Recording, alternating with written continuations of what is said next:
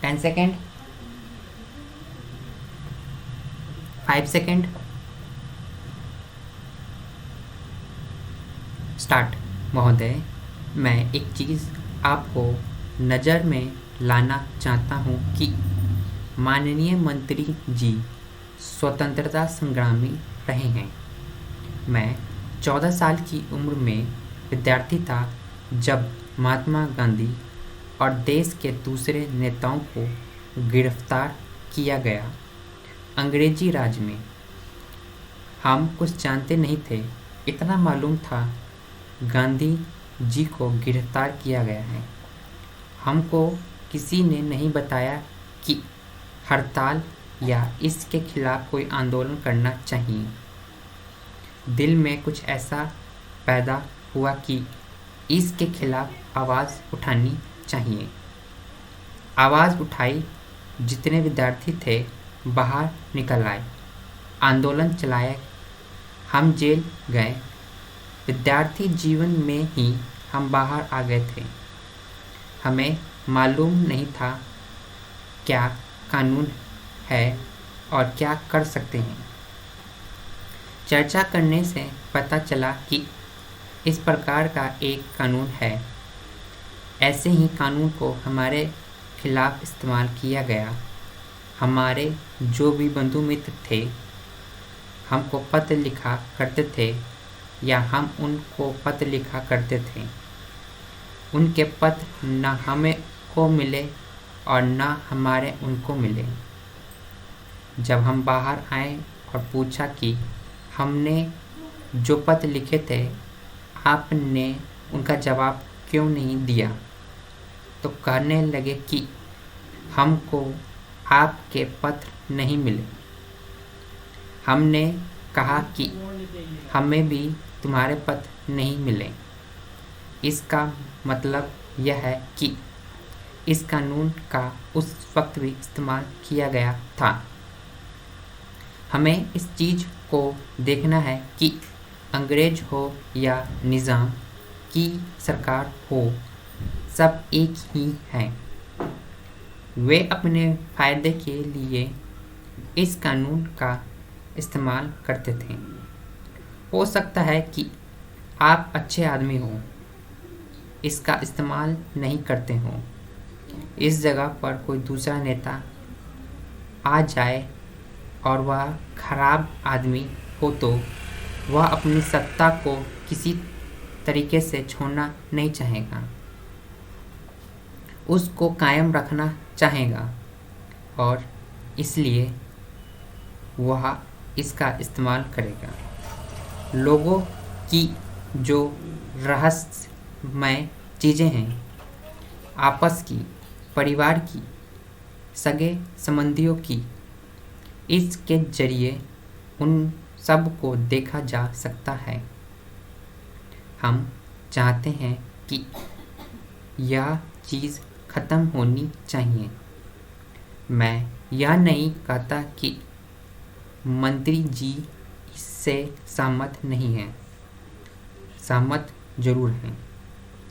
हो सकता है कि उनकी भी कुछ मजबूरियां हो।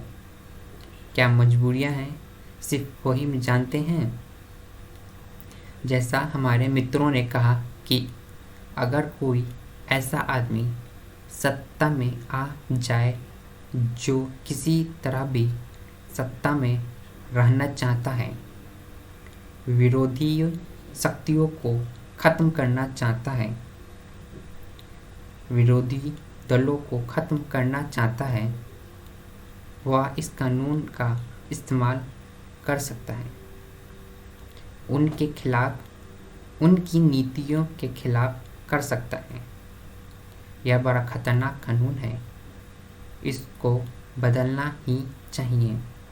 श्री गोपालस्वामी ने इसको बदलने की जो बात कही है वह बिल्कुल साफ है।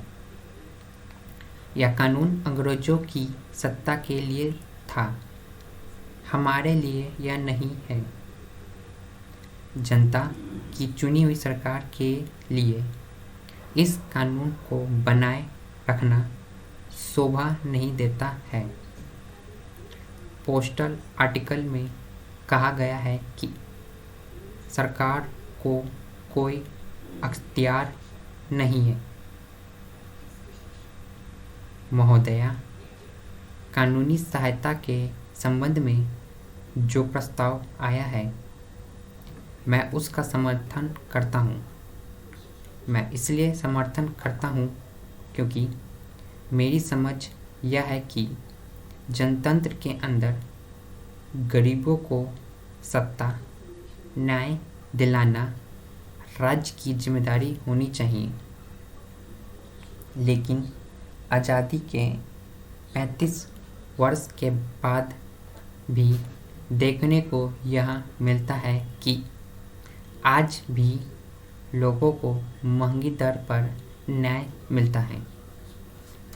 गरीबों की कचहरियों में पहुंचना और सस्ता न्याय पाना एक असंभव सी बात है। अगर सही मायने में देखा जाए तो सुप्रीम कोर्ट में जितने भी मामले हैं, 99% मामले अमीरों के बीच में ही हैं।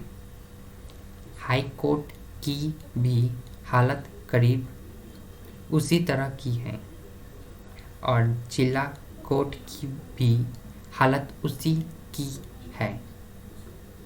इसका क्या अर्थ यह लगाया जाए कि देश के अंदर गरीबों पर कोई जुल्म और अत्याचार नहीं होता है, जिसे वे कोई मामला हाई कोर्ट में या सुप्रीम कोर्ट में या जिला कोर्ट में या उसके नीचे नहीं लाते। ऐसी बात नहीं है। कारण यह है कि न्याय इतना महंगा है कि उनके लिए यह संभव नहीं है कि वे अपना मामला इन कचहरियों में ला सके और लाने में जो खर्च होता है उसे वहन करना, बर्दाश्त करना उनकी आर्थिक शक्ति से परे की बात है।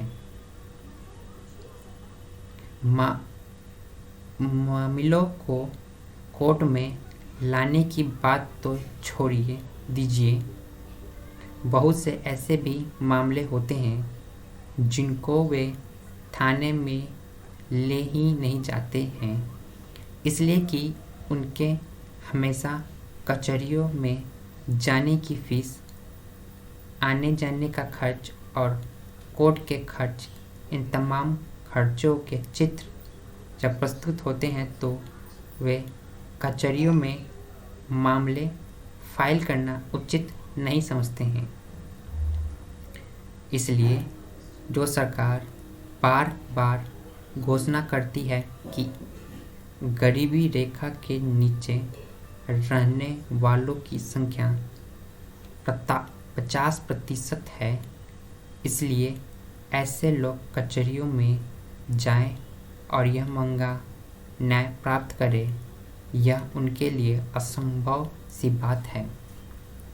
सरकार ने बहुत तरह के कानून बनाए हैं।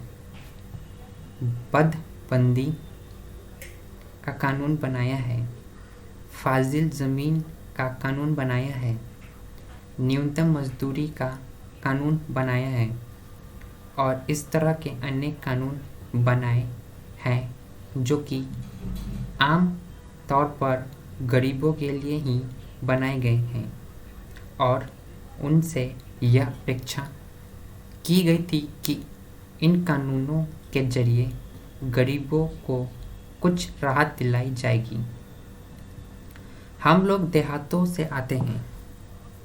हदबंदी से फाजिल ज़मीन के लिए जो संघर्ष होता है, उस संघर्ष के लिए मामला फाइल करना कचहरियों में गरीबों के लिए बिल्कुल ही असंभव है। उसी तरह से फाजिल ज़मीन से जनित मामले, न्यूनतम मजदूरी से जनित मामले, छुआछूत से उत्पीड़ित जो मामले होते हैं, इन तमाम मामलों को कचहरियों में लाना गरीबों के लिए एक असंभव सी बात हो गई है।